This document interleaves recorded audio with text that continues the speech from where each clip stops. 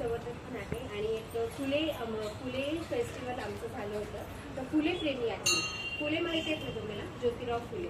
तर त्यांची म्हणजे मी खूप मोठी फॅन आहे आणि फुले फेस्टिवल पण झालं होतं, त्याच्यातही मी पार्टिसिपेट केलं होतं. तर तिथून मला समजलं की आमचे एक सर आहे विजय वडवेराव सर म्हणून, त्यांनी एक अभियान स्टार्ट केलेलं आहे की आपल्याला माहिती संविधान खूपच महत्वाचं आहे आपल्यासाठी, बरोबर.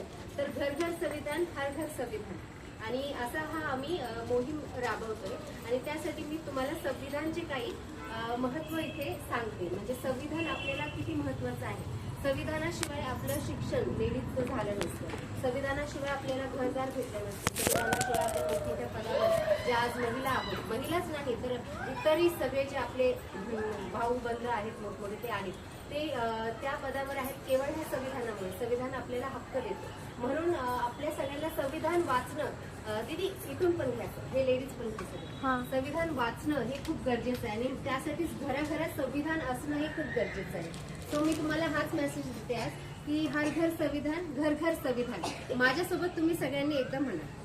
इकडे ये दीदी.